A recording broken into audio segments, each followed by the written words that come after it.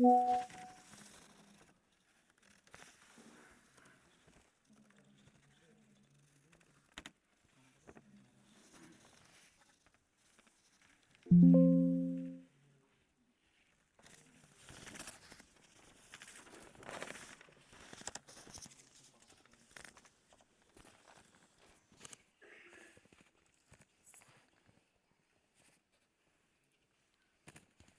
morning, everyone. On behalf of Civil Engineering Department, I Tanvi And I Ayush Bhagat. welcome you all to this exciting technical session on advanced tools and techniques in remote sensing and GIS. Today, we are privileged to have with us a distinguished expert in this field, Dr. A.P. Krishna sir, who is a professor in the Department of Remote Sensing at PIT Mesra with nearly 40 years of experience in academia and research. Holding an MTech from IIT Roorkee and a PhD from Ranchi University, he has dynamics, watershed hydrology, and planetary remote sensing. He has guided 13 PhD scholars, published over 60 journal articles, and contributed to 25 book chapters, and completed 30 research projects. Previously, he held key roles at the National Council for Cement and Building Materials and the GB Pant Institute pioneering disaster management initiatives in Sikkim. To do the honor and express our gratitude, we would now like to present a bouquet to Dr. A.P. Krishnan sir. I now kindly request Dr. Jeetu Kujul sir, Head of Civil Engineering Department, to please come forward and do the honor. Sir, please. Let's welcome sir with a huge round of applause.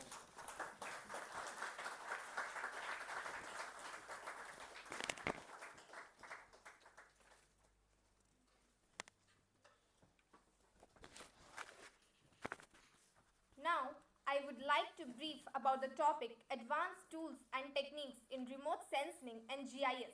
Includes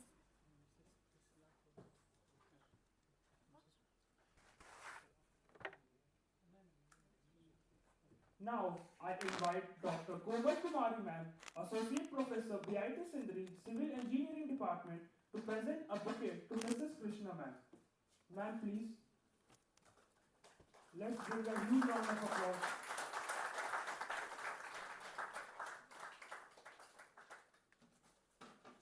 Thank you, ma'am. Now, I would like to brief about the topic Advanced Tools and Techniques in Remote Sensing and GIS. Include drones, hyperspectral imaging, and satellite-based sensors like Sentinel and Landsat. Machine learning and AI are increasingly used for data analysis, pattern recognition, and predictive modeling. Techniques like geospatial data fusion, 3D modeling, and real-time mapping enhance accuracy and decision making. This innovation find application in urban planning, disaster management, environmental monitoring, and infrastructure development.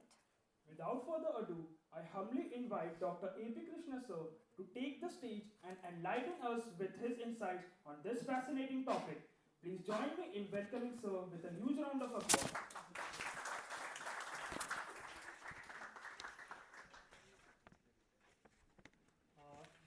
Good morning, all of you. Before starting the formal presentation, Dr. A.P. Krishna sir, I would like to welcome on behalf of Civil Engineering Department Organizing Committee, A.P. Krishna sir. Very warm welcome, sir. Give a big round of applause for it.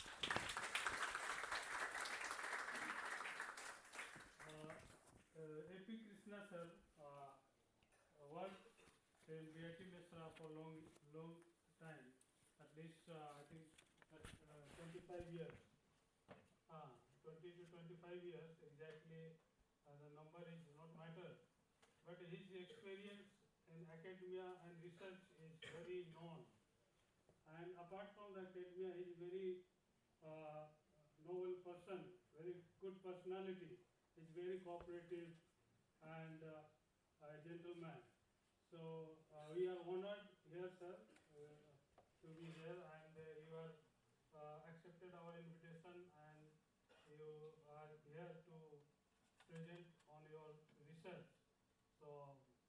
you very much to be here. Thank you. Thank you, sir, for your kind words. Now I invite Dr. A.P. Krishna, sir, to please take over the stage. Let's welcome him with a huge round of applause. Thank you.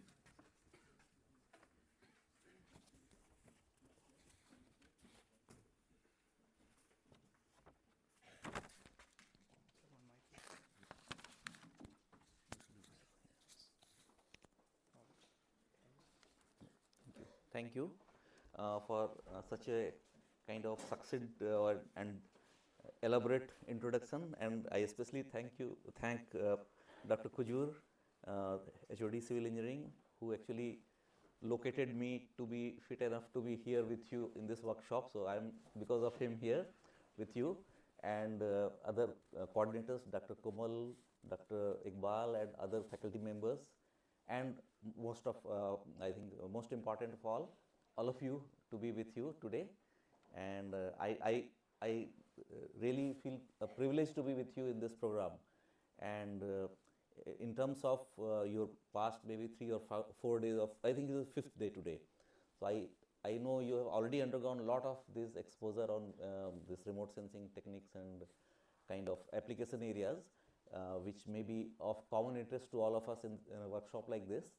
So I feel that, yeah, what I am going to talk today to you, maybe in the ultimate day of this workshop, to be focused more on almost like a review, right? So review in the sense that you already have some kind of connect with the basics, and then go on to the application part, where actually the interesting things are there. So where actually why we should be interested in this. I think that is our question, why we should be here in a workshop like this, and why such topics to be told before you. So many of you may be having some kind of connect with remote sensing, many of you may be having some kind of connect that you are looking for, in what way this can be of interest to you, and how you can get involved. So I think all those basic things are there. So that is a reason why we are all here. So the way I would like to go would be like, again, an overview in terms of my first lecture that you see is advanced tools and techniques of remote sensing. So some overview on that. Okay, so I think this significance of remote sensing by and large is understood to anybody who is interested in this field. But just to remind ourselves that what is remote sensing? Anybody asks you this question, the very basic kind of thing that we actually answer to that question is anything that you sense without touching, simply sensing without touching. That is what is remote sensing.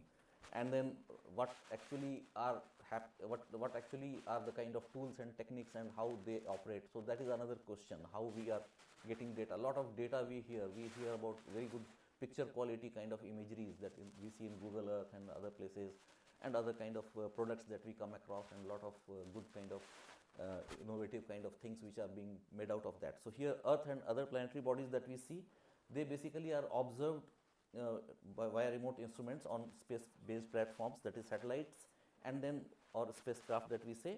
So those are vehicles, and then aircrafts and UAVs also nowadays, drones that detect and record reflected or emitted energy. So that's how we actually look at this. And then what remote instruments are doing to us, they provide a global perspective and a wealth of data about our system. So that is what we say.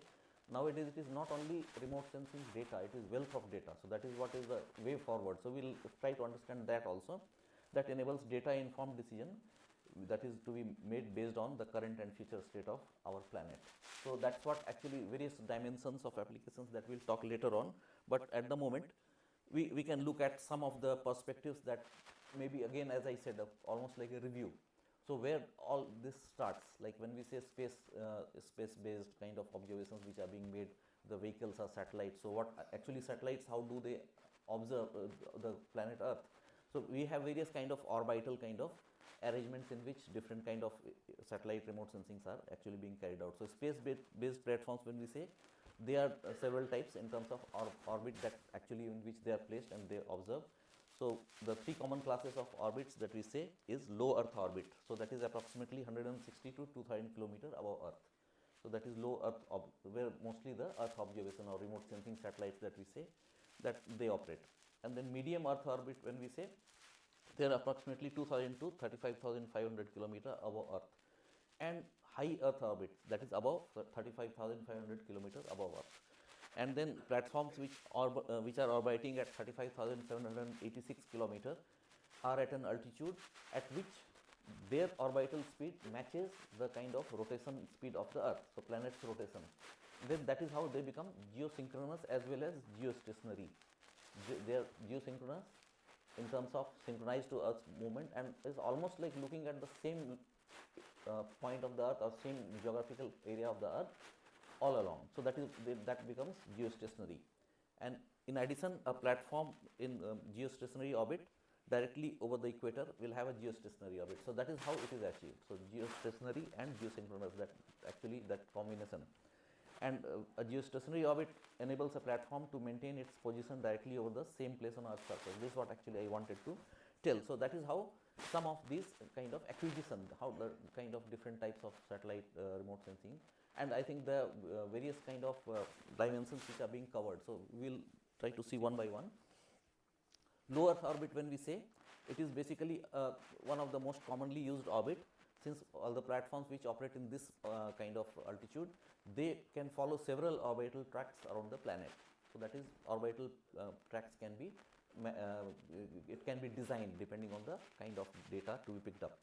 So polar orbiting platforms are there under this category. For example, they are inclined nearly 90 degrees to the equatorial plane and travel from pole to pole as Earth orbits. So pole to pole they travel, and basically this enables the instruments aboard such platforms to acquire maybe the data for the entire globe rapidly, and then that includes the polar regions, including the polar regions of the Earth. And many polar orbiting platforms, they are considered sun synchronous. So that means that the platform passes over the same location at the same solar time each cycle. So that is actually one of the most common things that we hear about Landsat satellites. So and these kind of satellites, so remote sensing satellites, so they actually have a revisit depending on this, and that is how we get some kind of a revisit or temporal kind of revisit capability that is guided by this. So we same location, how many days they reach. So that we'll talk later on somewhere. So basically overall composition that you see, what we see here is like you can have an altitudinal idea that here that at what kind of altitude the things are happening. So up near to atmosphere and above atmosphere. And non-polar low Earth orbit. So this is another one where actually you have the kind of these platforms. They do not provide the global coverage, but they cover only a kind of partial range of latitudes.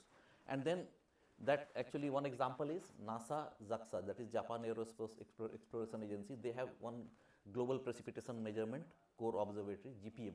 That is an example of a non-sun synchronous low orbit platform. So that basically provides the kind of rainfall data. So that for that, and its orbital track acquires data between 65 degrees north and south latitude from maybe 407 kilometer above the planet. So that is a special way in which the low Earth orbit is actually designed for this.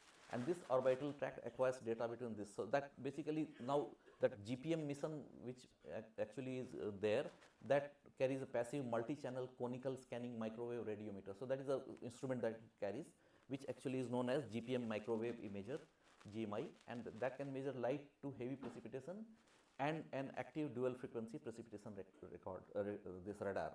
And they can measure the precipitation characteristics in the atmospheric column in 3 dimensions. So this is how the data are being collected. And then this another one is medium Earth orbit that we say. Here you see a medium Earth orbit platform takes almost about 12 hours to complete an orbit. And in 24 hours, the platform crosses over the same 2 spots on the equator every day. And this orbit is consistent and highly predictable.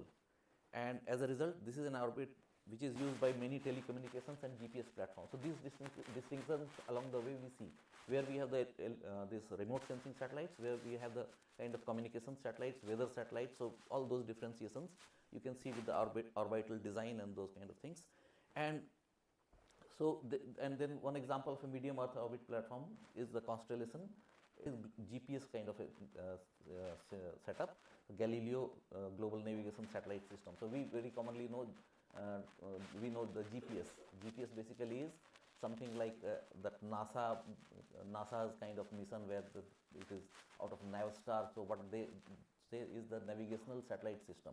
So we now are very much used to call all such navigational kind of satellite results as GPS. So that what GNSS also is GPS kind of satellites which orbits around 23,222 kilometer above Earth. So you can see all these kind of spacings. And when we talk about particularly the geosynchronous and geostationary orbits, so these geostationary platforms which are there, so they orbit at, as I said, 35,786 kilometer above Earth, and you have these kind of platforms. They orbit can be tilted above or below the equator, and these platforms on the other hand, they orbit Earth on the same plane as the equator, capturing identical views of the Earth, which with each observation, and they provide most continuous kind of coverage of an area.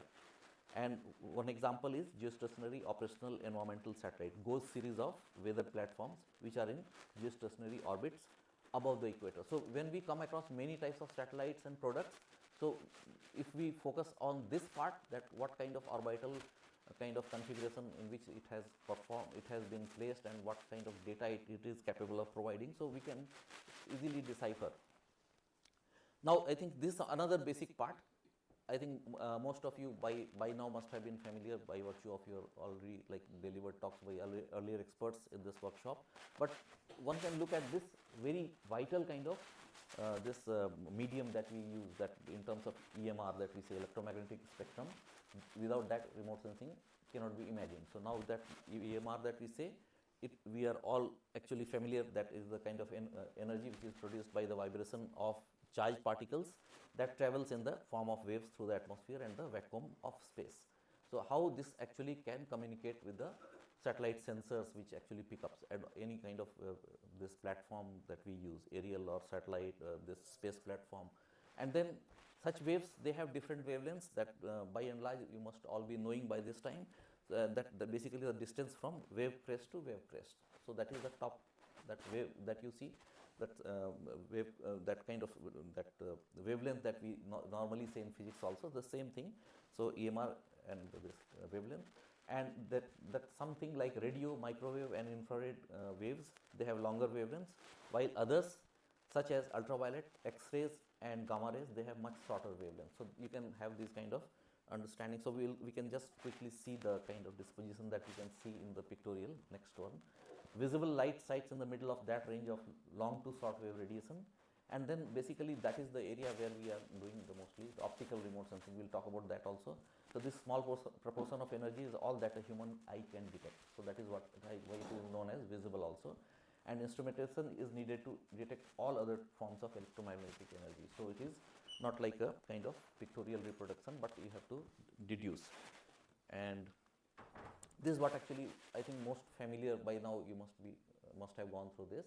So you already know that there is a kind of visible part, and then you have the other kind of near infrared, short wave infrared. Then you move towards the microwave and radio wave. So that's how the disposition, and then how the kind of wavelengths are changing, so that you see the crest to crest kind of distance. So how larger wavelengths or smaller wavelengths. So that those packets of wavelengths, and for different type of application areas. So you can just have an idea. So out of this overall EMR spectrum, the different areas which are being used for various kind of purposes in remote sensing, and as well as for other purposes that you see here.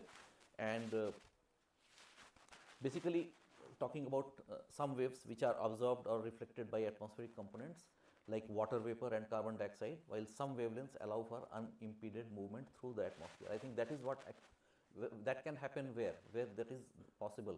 So those specific windows are there in terms of visible lights and NIR lights. So visible light has wavelengths that can be transmitted through the atmosphere. That is why it is preferred, why we prefer. And then microwave energy has wavelengths that can pass through clouds, an attribute utilized by the instruments aboard many weather and communication platforms. So basically that is the reason why microwave is actually having a capability of night time acquisition of data as well as cloud penetration, so that those kind of things are happening. So more interest moving towards that. And so basically talking about primary source of energy that we can say is used for the instruments which observe all these kind of scenario that we talk. So that basically what energy source is there. So we are all familiar that first of all it is sun. So sunlight is there, and then amount of the sun's energy which is reflected depends on the roughness of the surface and its albedo, which is how well a surface reflects light instead of absorbing it. So I think the whole story lies there, entire remote sensing almost, what we are talking here. For example, snow has a very high albedo and reflects up to 90% of incoming solar radiation. So whatever sunlight is falling on snow, 90% of it is going back, reflected. And the other scenario is ocean, where the sunlight, when it is falling on ocean water, 6% of incoming solar radiation is actually able to be reflected, rest is absorbed. So that contrast you can see, snow and ocean water. So and in between you can see many terrestrial objects and many other kind of features on the surface of the earth. They may all be behaving differently. So that is actually the overall kind of gamut of the remote sensing, how we are picking up many objects on the maybe in remote sensing platforms which are having different sensors and which actually are sorry no, it's all right. So basically so we actually look at the kind of specific properties of different kind of terrestrial features, how they are going to behave. So that is what, so when energy is absorbed, it is re-emitted many times and usually at longer wavelengths. And then for example that we say energy absorbed by ocean, that gets re-emitted as infrared radiation. So that is a longer wave radiation, so emission again. But basically we are talking about sunlight which is falling, and then entire remote sensing which is happening because of that, depending on the EMR and then the way the object on the surface of the earth, terrestrial part or ocean part, whatever you say. So they are all going to behave differently. So you might have heard something very common, many experts must have talked to you earlier also, our signatures. So spectral signatures, that is the whole story. So every object is actually behaving differently, they have different spectral signatures, but only thing that we are constrained with is different type of resolutions. Spectral resolution, spatial resolution, then we have radiometric resolution and various types of resolution. So that is actually a scenario when we can see up to what type of what dimension of object can be detected and how it can behave in different spectral range which is available, whether it is very narrow or it is wide range. So that is, those things will come up. And then overall when we look at various objects, so they absorb or transmit energy, the amount of which varies by wavelengths. So that is again, that is what I was trying to tell. And everything on earth has a unique spectral signature. So this is what actually we need to understand, and that is how we are deciphering. So actually it is not photo. When satellite product that we are seeing, that is an image.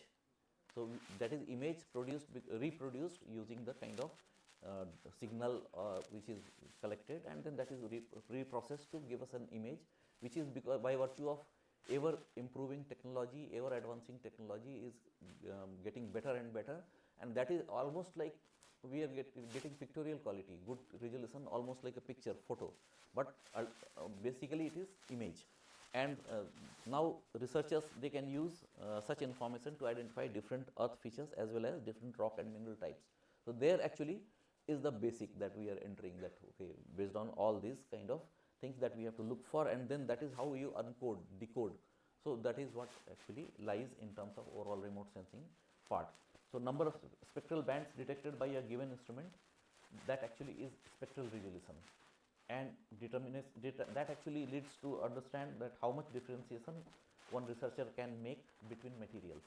So depending on very narrow kind of spectral resolution, narrow kind of wavelengths, ranges, or wider ranges, so that actually determines how much you can expect to kind of take out the dig out the information from the image that we have. And these kind of challenges are there in terms of when we look at various researchers who are using the remote sensing data. So they have to be prepared with that. And now the acquisition systems that we say, that sensors which are there are two types mainly, passive instruments and active instruments. So passive when we say, they are using sunlight as the source, and sunlight is falling on the globe, and depending on all the configuration that satellite is following and the sensor is following, so whatever is being picked up. I think this is one of the most common types that we actually get the passive kind of data in remote sensing particularly. And there are active instruments also, in which the pulse is sent by the that kind of equipment which is on board the satellite, that pulse goes down, interacts with the material and comes back. So that is another story. We will look at that. So these two types, and passive and active instruments when we say, so basically these kind of platforms that we say, space based platforms on, and even on board the aircraft, or nowadays we talk about UAVs. So UAVs also, they use the sun as a source of illumination or provide their own source of illumination to measure the energy that is reflected back. And then instruments that use natural energy from the sun are called passive instruments. So that is what we saw, the first one. And those that provide their own source of energy are called active instruments. So passive, when we look at, passive instruments include different types of radiometers, that is the instruments that quantitatively measure the intensity of electromagnetic radiation in selected bands, and spectrometers, the devices that are designed to detect, measure and analyze the spectral content of reflected electromagnetic radiation. So that is in fact the kind of instruments which are carried on board. And most passive systems used by remote sensing applications, they operate in the visible, infrared, thermal infrared and microwave portions of the electromagnetic spectrum. So this is what actually we will see, that kind of these distinct kind of categories in terms of optical, microwave, remote sensing, optical and microwave, so separately we can see. And then these basically these instruments measure the land and sea surface temperature, vegetation properties, cloud and aerosol properties and other physical attributes. And most passive instruments, they cannot penetrate dense cloud cover, and thus they have limitations observing areas like the tropics where dense cloud cover is frequent. So there are some good points and some kind of limitations also. Then active, these instruments actually are, they have different types of radio direction and ranging. So maybe one thing commonly known as radar, and then that these instruments, then there are altimeters, then spectrometers, and majority of active instruments, they operate in the microwave band of the electromagnetic spectrum, which gives them the ability to penetrate the atmosphere under most conditions, so that they have the ability to penetrate the atmosphere even in the cloudy conditions. And such types of instruments, they are useful for measuring the vertical profiles of aerosols, forest structures, precipitation and winds, sea surface topography and ice, among other criteria. So that's how a researcher can have design either his research or the kind of data requirements. So knowing all these basics, so that is why this also becomes important for us to understand. Now resolution, when we talk, so resolution resolution is a factor. It is one of the very important factor which actually allows us to understand that how much data from an instrument can be used. It may not be the entire data, but how much. And then depending on the resolution, we can see that how the platforms, orbit and instrument designs are there. So they actually control the resolution. So that variation is because of that. And then there are different types of resolution. So this is actually important. So different types of resolution that we see, that any data set that we get. One is radiometric, that is, you can say, quantization level, radiometric or quantization level. So we have various instruments. So slightly I will take you back to the history. When remote sensing, we can say the satellite remote sensing data were available. So it was in 1970s, 72, NASA's Landsat, right? Initially those data were coming, and that time it was called Earth Resources Technological Satellite. So that is the first one which came into the civilian domain. And in Earth's, the kind of radiometric levels actually were nothing but the objects which are being picked up by different bands in the visible range, visible and NIR range, just the gray levels, how many gray levels it can be resolved into. So one scale of brightest to the darkest, and division in between is how many gray levels, depending on some kind of binary consideration. I will talk about that. So, and that got improved and improved and improved. Now that we will see that how that quantization level improved later on. So that is also one of the very important aspects, that how many tones can it pick, and that is one, quantization level or radiometric. Then spatial resolution, that is how big an object on the surface of the Earth can be detected by a satellite sensor. So depending on how we can detect based on the data which it has picked up. So either way you can think. So that any object, suppose I say and kind of a resolution 30 meter by 30 meter resolution of any satellite data, maybe Landsat now we are getting. So 30 meter by 30 meter means what? Any object less than 30 meter size, 30 meter by 30 meter size is going to be missed out or picked up. What do you think? Will it be picked up or missed out? 30 meter by 30 meter, less than that. And I say resolution is 30 meter by 30 meter. Missed out? So that will be missed out. So that's simply, so that actually gives us that kind of understanding or condition which what we should expect that from that data. So that actually is resolution, and we look for more and more kind of better resolution, we can say that where we can pick up more objects, and the rather sensor should pick up more objects and we can decode. Then spectral. Spectral means, as we talked, I think by now you have some idea. So spectral would be what? Suppose I say many spectral bands or less number of spectral bands, which will be better for getting more information? Many. So that's what actually we are moving into that direction. So now we say multispectral. Of course, we are looking for multispectral data, and then gradually now the researchers are moving towards hyperspectral. So multispectral, we would say a few number of bands. Hyperspectral, when we are seeing hundreds of bands, right? So that's how more narrower kind of division, more kind of narrow kind of wavelengths can be covered. So then we have a kind of capability of deciphering more objects compared to less number of bands in multispectral. But everything has its advantage and disadvantage, so that we'll talk. And temporal data. Temporal data would be how much is the space between one visit of a satellite of a particular point on the Earth's surface and the next visit. So that is what is the temporal. So we'll see that, and that can be a kind of criteria in many of the research where we want what type of frequency of data which should be available, what temporal resolution. So this is what actually radiometric, we'll start with radiometric. So radiometric resolution basically is the amount of information in each pixel. That is the number of bits presenting the energy recorded, bits as I said. And every bit, as I said, is recorded as an exponent of base 2, right?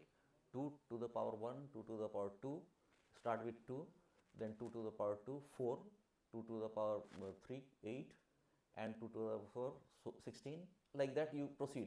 And then in this binary way, what actually is factored into the kind of design of a sensor, that maybe nowadays we talk about many times 8-bit resolution, 2 to the power 8.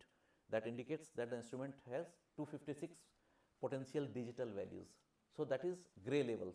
It can divide the entire dynamic range of brightest to the darkest range that it records. For it is only the range, what it is picking up. It does not know whether it is grass or it is forest or it is rock or it is water. It only picks up the gray values. So that tone, that entire dynamic range which is being picked up in different ranges. So now it has got the capability of deciphering 256. So that's how the things are improving in terms of, and thus the higher the radiometric resolution, the more values are available to store information, and that provides better discrimination between even the slightest differences in energy. So even minor differences in energy, what is being recorded, so that can be picked up. So means what? If it was 2 to the power 4, 16 or 2 to the power, that binary way, if we go, earlier times that I was referring to the Landsat time, 64 gray levels, 128 gray levels, like that we are talking in 70s and 80s. But nowadays nobody talks less than 8 bits, right? 256. So that is improvement. And therefore this basically is the kind of capability of resolving between the objects which it can pick up. And for example, assessing water quality, radiometric resolution is necessary to distinguish between subtle differences in ocean color. For water quality you can say, or even look at maybe river water, or somewhere you have the water which is turbid, somewhere water it is deep water and clear water. So that kind of variation can be picked up by better resolution, radiometric resolution, and we need that. So in remote sensing research we need to decipher that based on the data that we get. Then this is an example that you see. So 2-bit, 4-bit, 8-bit. So what difference you see between these are all same image, similar area. Here it is 2-bit, that means 4 levels only. So it is like instrument is allowing us to decipher only four broad objects. It can miss out many fine details there. But then it improved to 4-bit, that is 16 levels. Here we have the same area, but you can decipher 16 at least 16 types of terrestrial objects. Then you go here, that is 8-bit, that is up to 256 levels. Now you can imagine in that image how much differentiation you can do between the kind of objects which it is capturing. Same area, but only thing is design of the sensor, satellite sensor. So it's not that design was done poorly earlier times. It was like limitation of technology at that time. Now technology is advancing, so we are having these kind of leverages that we go for better kind of radiometric resolution. So that's how even for the researchers these are important. We want to do the kind of a lot of good studies in this area, so we have to be aware of all these limitations or advantages. Now come to spatial resolution. This is basically defined by size of each pixel within a digital image and area on Earth's surface represented by the pixel. So that's what actually I was trying to say. So what size, for example, you can see the majority of the bands observed by MODIS, one of the very commonly used data, that this satellite, they have a spatial resolution of 1 kilometer. So each pixel represents 1 kilometer by 1 kilometer area on the ground. And MODIS also includes bands with spatial resolution of 250 meter or 500 meter. So depending on different times in which the advancement have taken place for data picking up the data. And talking about spatial resolution of Indian satellites, you have the ARSGISR-2024, one of the by far one of the best satellite resolution in terms of multispectral satellite data. So we have that. So that is 5.8 meter, whereas LIS-3 is 20. That is in the IRS series of satellites only. The earlier one, LIS-3, is 23.5 meters, which suggests LIS-4 has a higher spatial resolution. So this 5.8 meter size of an object can be easily identified, and 23.5 meters, or the other way, less than 23.5 meter cannot be identified on LIS-3, and less than 5.8 meter cannot be identified on LIS-4. So that's what one can imagine. So difference is like that.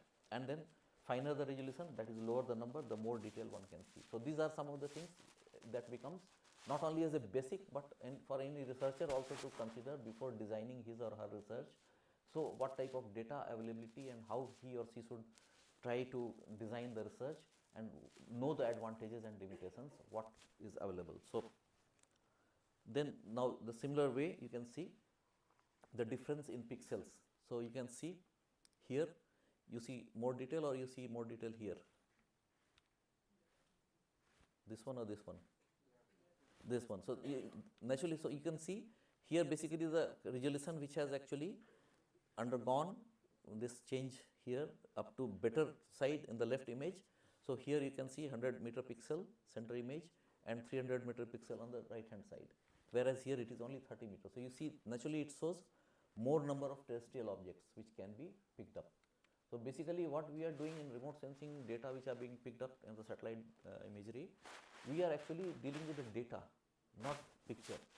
So that data and amount of information that has to be dug out, that how much we can take out. So actually during this workshop you might have heard other experts also talking about one part is image processing. Image processing we do for what?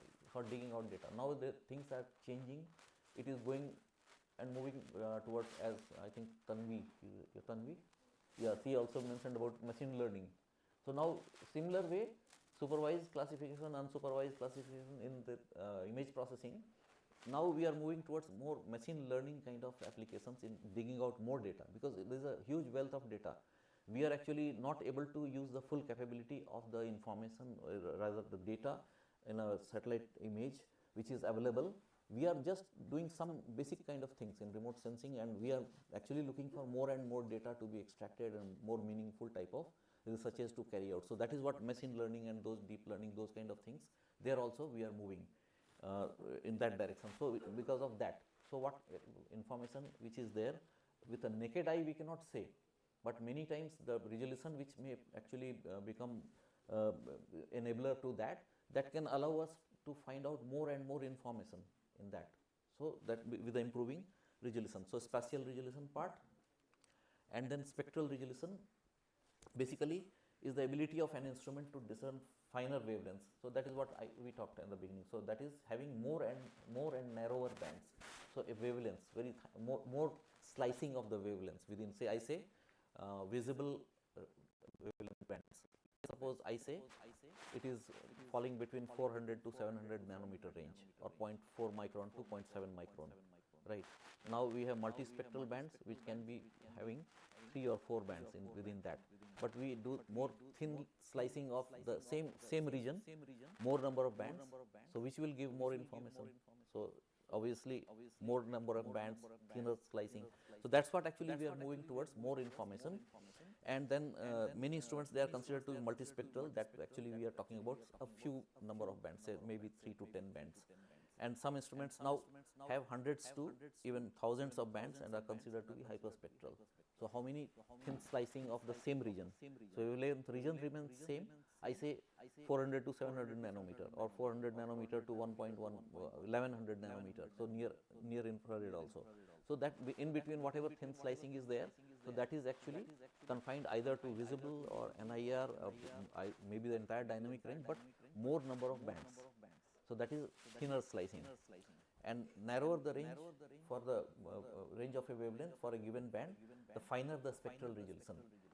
And for example, the airborne visible infrared imaging spectrometer, that radiometer that we say ARSGISR, that captures information in about 224 spectral channels. So we can see 224, whereas multispectral equivalent would be somewhere like between 3 to 10 bands. So lot of information not being picked up, whereas hyperspectral with this number of bands, lot of information is being picked up in addition to what multispectral bands would have picked up. So at this level of detail, distinctions can be made between rock and mineral types. So we can say on the topography or surface where is the rock, different rock types vary, but if we go hyperspectral, then there is a capability where we can see even the kind of characteristics which are on the rocks, particularly I am saying, so geological part. The mineralogical variations, if you are familiar with that, mineralogical variation, composition of the rock, if that is varying, that also can be slightly picked up by that. So that capability is increasing with the hyperspectral. So that is composition, mineralogical composition wise it is varying, so that also can be picked up. And then of course mineral types, then vegetation types also. Vegetation I can say in a kind of multispectral, we can only say dense vegetation, open vegetation, degraded vegetation, like that. But in the hyperspectral part, in a particular area, some more differentiation can be made in terms of maybe species or association of the trees and kind of vegetation which is available, and other features also similarly. So that capability is increasing, or as I said in the maybe water quality studies, I want to see the kind of color of the water depending on the impurities or maybe the quality of water which is getting impaired.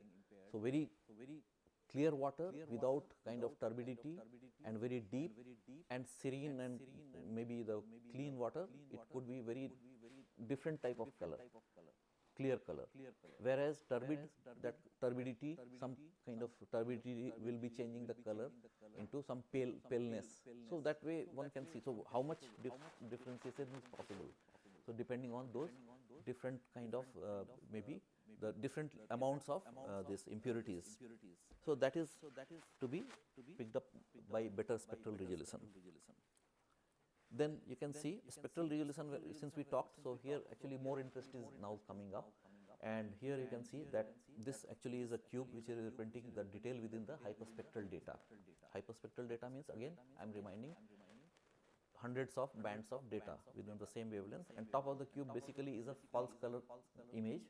So this is made to accentuate the structure, maybe in this case, just as an example, in water and evaporation ponds that you see on the right hand side, right? And then sides of the cubes are slices which are actually showing the kind of edges of maybe the top in all 224 bands of the ARSGISR data, and tops of the sides are in the visible part of the spectrum length, as spectrum range, that is 400, that is basically this range 400 nanometer, and the bottoms are in the infrared, so almost reaching the 2500 nanometers. So that is the variation, and then how it can be made up in this kind of representation. And for example, the small regions of the this kind of response in the right corner of the image, that is the red portion that you see, that basically is the kind of you can see almost like 700 nanometer visible, and that leads to maybe that kind of that actually the coloration and all those things which are seen, that actually is the presence of almost 1 centimeter long, half-inch red brine shrimp. So maybe it is some case study somewhere. So I am taken from there. So that actually is to locate some specific kind of feature. So where that capability is coming because of hyperspectral bands. So how it is locating. So this is just an example that we are going to get more detail. So and then actually it's not that easy. Even if these data are there are a lot many challenges in terms of its processing, in terms of the volume of data which becomes in fact the single imagery for an area, larger area, which can be of lesser size. So data size is also important. How much size it is occupying, say we say gigabyte or megabyte, or now that way that how much area is covered. Hyperspectral would certainly be very high volume of data. Then its handling also requires computational facilities and image processing facilities, which would be actually requiring higher kind of, which will be very demanding. So those things are challenges also, but these are advantages also. One has to look at all that. Now talking about Indian example of this hyperspectral, that is HISIS that we say, hyperspectral imaging system. So that actually is one satellite which was launched by ISRO in the year 2018, and basically it is hyperspectral imaging satellite, and it is designed life of 5 years, but is still giving data. So basically it is a combination of digital imaging and spectroscopy, HISIS, and then image obtained has higher contrast at its maybe recognizes light intensity maybe. So it actually is a function of wavelength, all kind of thin slicing of wavelength that we saw in the previous cube also. And in comparison with other technologies used for earth observation, that is imaging and multispectral kind of modes, this technology, hyperspectral technology, not only allows to detect solids and liquids, but also to identify them. So maybe these kind of things are coming up, and it uses visible and NIR region. So this is HISIS, and this is basically, it is like it has got 55 color bands. So that time when it was started, so with 55 bands and 630 kilometer height was the kind of position where it was stationed, and some of the glimpses that you see in the hyperspectral imaging thing. So here you see the number of bands that is planned here is 256 bands of shortwave infrared spectrometer, and these actually then you have the 60 bands of visible and NIR spectrometer, and then you can see the kind of these visuals which are shown there. So that is in fact the segregation of the objects, how much possibilities have increased. So natural normal type of thing,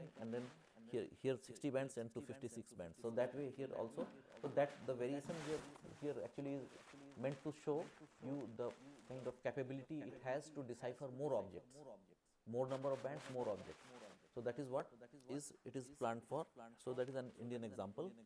Now coming to the temporal resolution. Now temporal resolution again one can say it's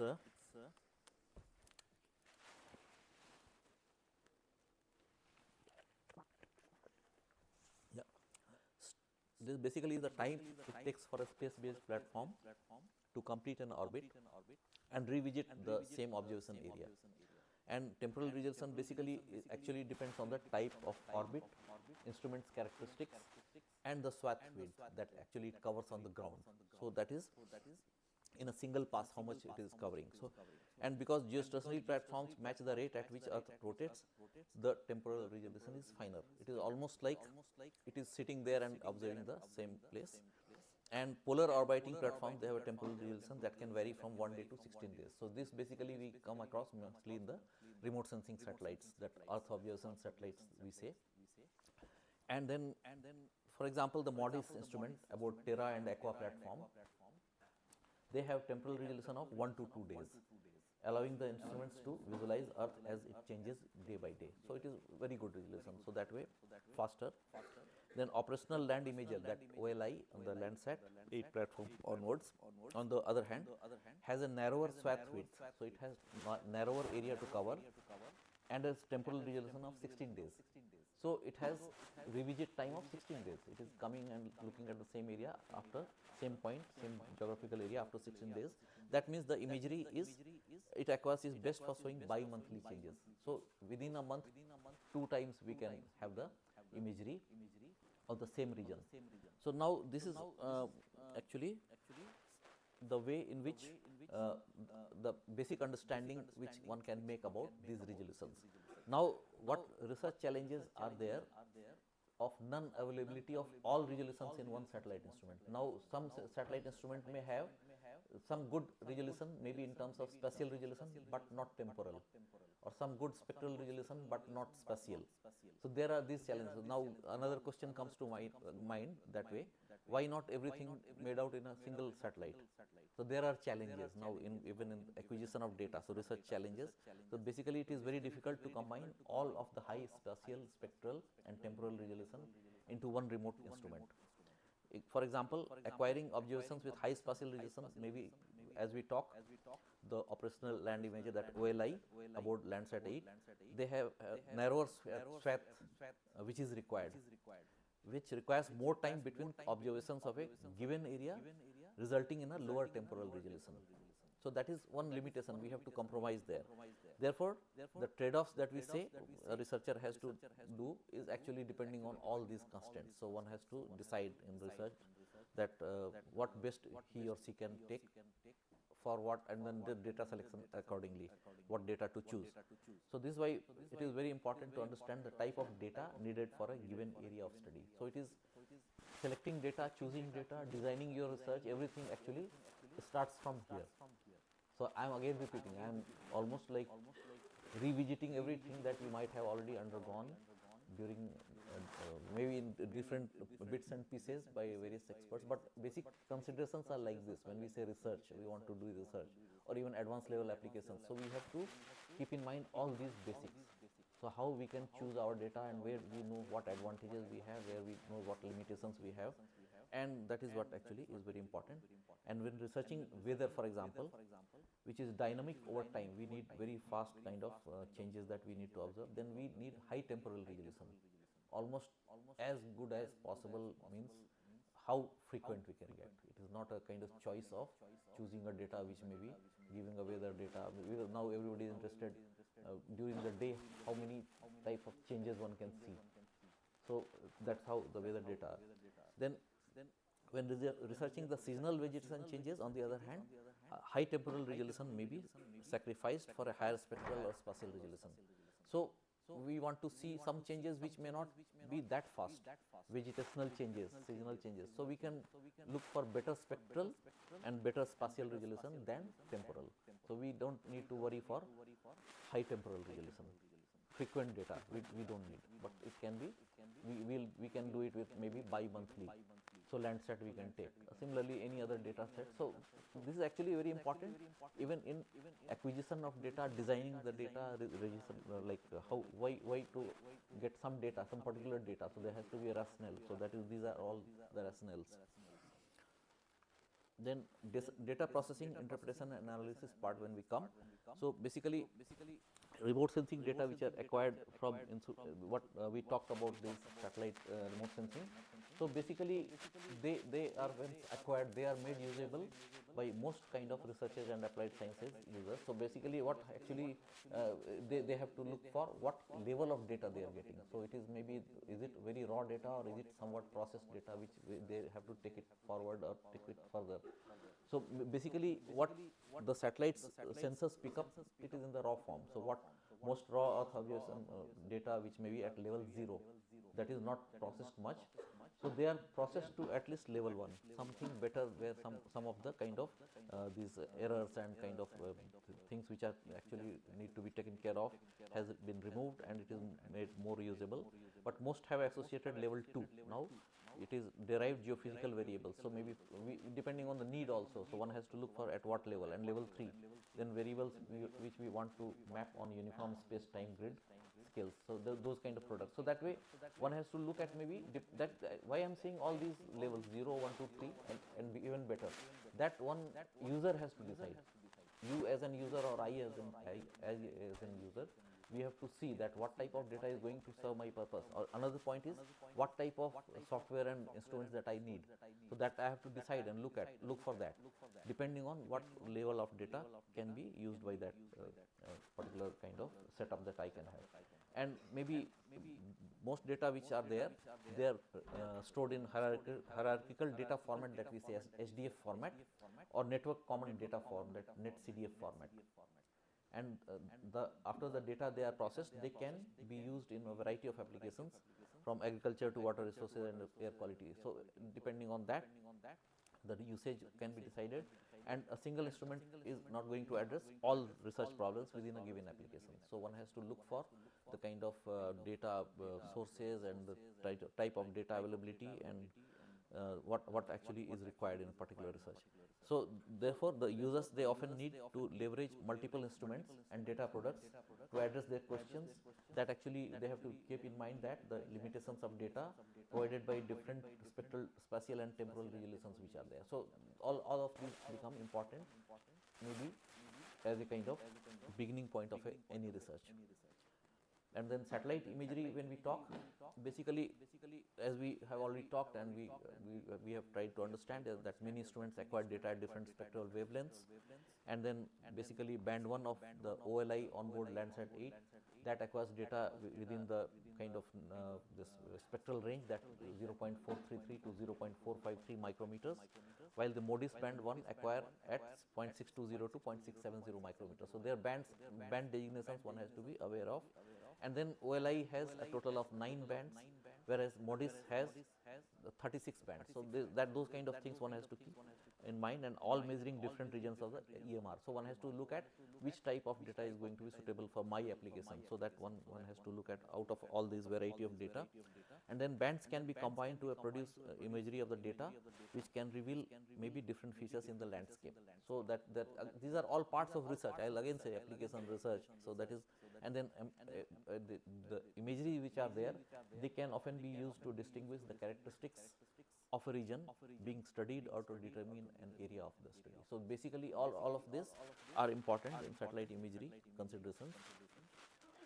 And again, looking at maybe sometimes true color images, they show Earth as it appears to the human eye. And for a Landsat 8 OLI true color, that is various types of filters that we use in the image processing, red, green, blue, RGB image. The sensor bands 4, 3 and 2 are combined. So that is one way. And whereas other spectral band combinations can be used for specific science applications, such as flood monitoring, urbanization delineation and vegetation mapping. So all of these actually are basically application oriented, why we need lot of image processing, and then different types of band combinations that we try. And for creating a false color image from data acquired by maybe visible and near infrared imaging radio emitter, that we say VIARS, about the Suomi National Polar Orbiting Partnership. There is one example I am giving, Suomi NPP platform. So that basically it uses the moderate resolution band. Maybe they have a kind of M band, M111, and then high resolution imagery bands, the I1 and I2, for distinguishing the burn scars. Maybe somewhere the forest burns have to be picked up. So in fact, this is being used for almost real-time detection of forest fires, and that is globally available, even for India also. So this actually is something very interesting. But now that basically these scars are quickly picked up, and even the burns also, like forest areas which are under fire, that also can be picked up. So that is the low vegetation or bare soil. So maybe all of these are becoming more useful that way. So from moving from the interpretation part to almost going to real time part. And then one can see the example of what I was talking, satellite images. So left side, what you see is fire scars reflect. Basically, as I said, Landsat band 7 actually reflects strongly, which is acquiring the data in the short wave infrared range. So and then, but fire scar is not detectable on that. So that is on the left image, it is not detectable. It is on the standard true color image what you see. Now fire scar stands out clearly in red in the right image, which is a false color infrared image. Now right one is false, not true color. Here that fire scar is becoming visible. It can be detectable. So that is how some of the specific things we say true color may not give us the real kind of scenario, actually what is happening. It can have some limitations to leave out certain kind of details which otherwise false color can accentuate, that can enhance. So that is why these things are there. And image interpretation, when we say, basically it is again, I'll not say telling you the same thing over and over again, but it is like some of the basics we have to keep in mind, that what we look at when we are looking for a image processing or imagery that we actually want to start with. So image interpretation, we want to say scale is one of the most important part. So very basically the different scales which are there depending on the spatial resolution of the image, and each scale provides different features importance. So that is one of the important considerations there, and that is basically when we want to track a flood, a detailed high resolution view will show individual homes surrounded by water. So that actually is again one part, you can say, resolution and scale. So that is one of the important parts. I think I am continuing, is that okay? Break time 5 minute और मैं इसको I'll sum up 5 minutes में first lecture कर लेते हैं, हो जाए. So basically scale part is one, then come to patterns, shapes and textures. I think these are all almost covered, but I am just trying to remind that these are all very vital. So basically many features are there that actually are identified by the pattern or shape, and that's how we actually try to see cultural or maybe the these kind of artificial man-made features. So then colors, of course, colors are basically allowing us to make differentiation between various objects. So that actually one part, and various ways in which we try to enhance. Again, I am saying true color, false color, or different kind of band combinations that we try. So of course these are all happening because of that. We want to enhance more features. Then coming to some of the prior knowledge of an area or a particular problem. I think we have sometimes reports and some kind of literature. We say literature review you do. So some people have studied and some publications are there. So we want to go for some kind of review before actually going into detail of a study of an area. So that also is helpful in image interpretation.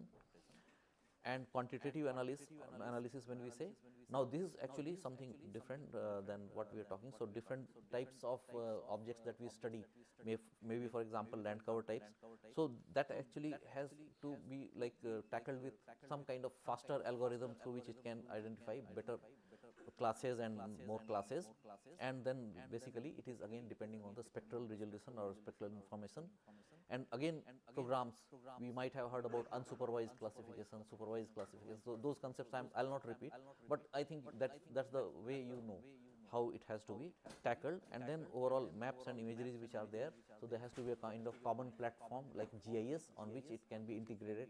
So it can be maps and different types of information which are there. So very schematic information, and then you have the kind of integration as well as analytical capability there with the GIS, and overall kind of space-based instruments that we see. We have to look for what type of instrument is going to provide what type of useful data. So that is what is said here, and overall kind of lot of evaluations through statistical and spectral analysis techniques. And after this one small short video, can I do? This is basically Commonwealth Scientific and Industrial Research Organization. They have prepared one, so I think it should be a good one to watch. Okay. Is it net connectivity? Net connected? Is connected?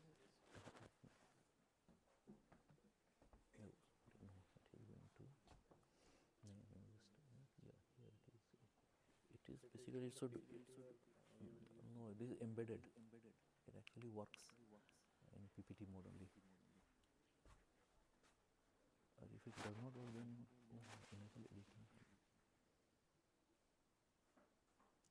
Or otherwise,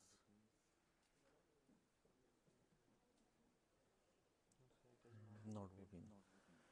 Anyway, I think then in that case we leave it out. Oh, somehow, so I'm sorry, so this actually is not working. Will it rain tomorrow? How big will the wheat harvest be? How much damage did the earthquake cause? We can answer questions like these with Earth observation, using sensors to... Then but it's a small one. So what actually I said is a summing up of that. Similar way they have also talked about this I think for many of you might have already seen this in earlier lectures, but overall kind of summing up. Anyway, thank you. So I'm sorry for this. So this is not working now. So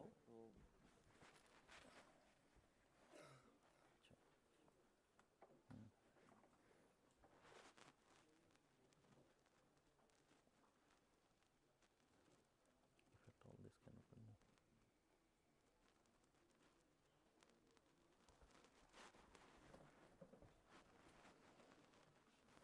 So that's it. So then thank you for your attention, and then any points of interaction? You have some questions? So we're done for the first lecture then. Thank you. Many advantages. They can cover large regions, even the whole Earth. Monitoring can be systematic and continuous. For instance, weather measurements are taken as often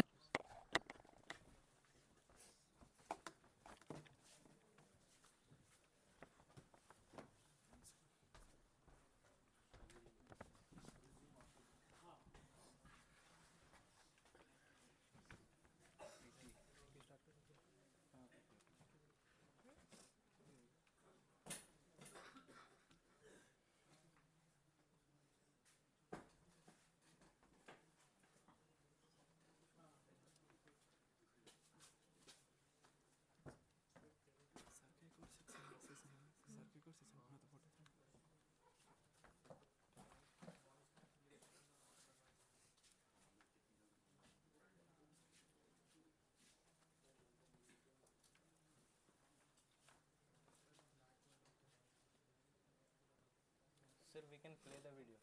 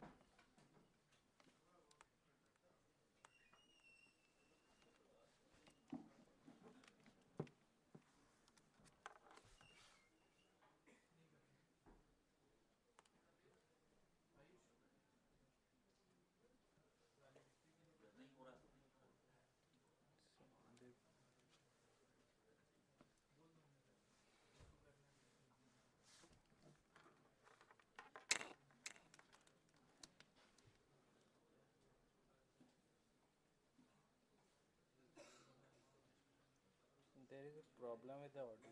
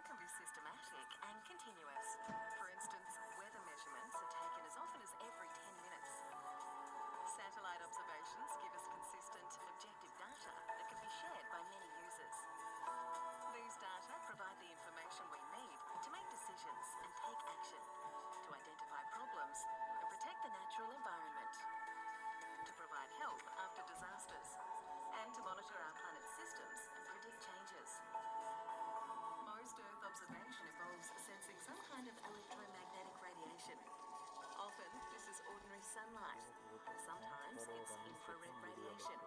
We can even use radar. Will it rain tomorrow? How big will the wheat harvest be? How much damage did the earthquake cause? We can answer questions like these with Earth observation. The planet, and they're all giving us information we need to manage our world, now and in the future.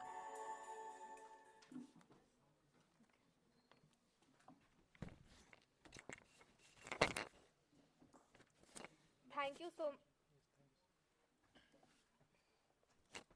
so much, sir. Your expertise and engaging session have been truly inspiring and will greatly benefit us in our academic and professional career. Next, I request Dr. B.D. Yadav sir, Associate Professor, Civil Engineering Department, BIT Sindri, to present a vote of thanks for the current running session.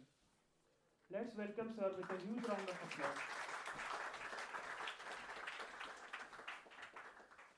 Thank you, Professor A.P. Krishna sir, presenting insight about remote sensing with us.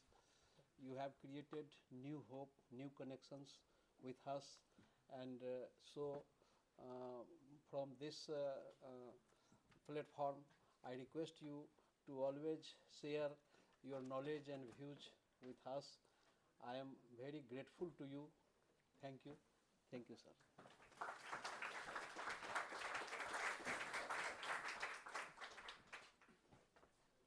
Thank you, sir, for those words of gratitude. Next, we will have a short tea break. Please feel free to re-enjoy yourselves and please be present for the next session. Thank you, everyone. Have a great day ahead.